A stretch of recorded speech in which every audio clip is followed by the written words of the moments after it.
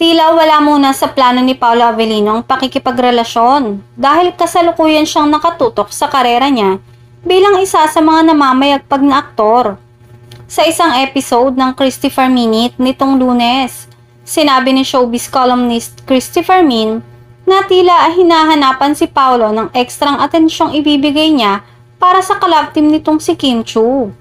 Ayon kay Christy, ang hinahanap siguro ng ating mga kababayan, lalo na ang kanilang mga tagahanga, ay yung para bang bigyan ng extra attention ni Paolo ang kanilang pagtatambal ni Kim Chiu. Pero ganun talaga. Kung hindi pa naman talaga napapanahon na ganun ang ipakita niya, 'di ba? Hindi siya nagpapaka-plastic, dugtong pa niya. Yes, segundo naman ang co-host niyang si Romel Chica. Ang ginagawa lang ni Paolo, trabaho ito kaya dapat ginagalingan lang. Yun lang, hanggang doon. Professional lang ang level.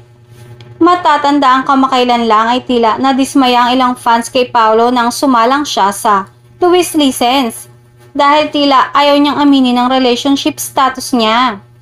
Pinag-usapan din nila na ang posibilidad na magkatuluyan ang dalawang linlang stars pero hindi pa sa ngayon. Tungkol sa posibleng maging relasyon nila ni Paolo at Kim sa totoong buhay. Pareho kasing nasangkot sa isyong hiwalayan sina Paolo at Kim sa kani-kanilang partner, kaya hayaan muna nilang i-enjoy ang buhay single at saka na lumevel up.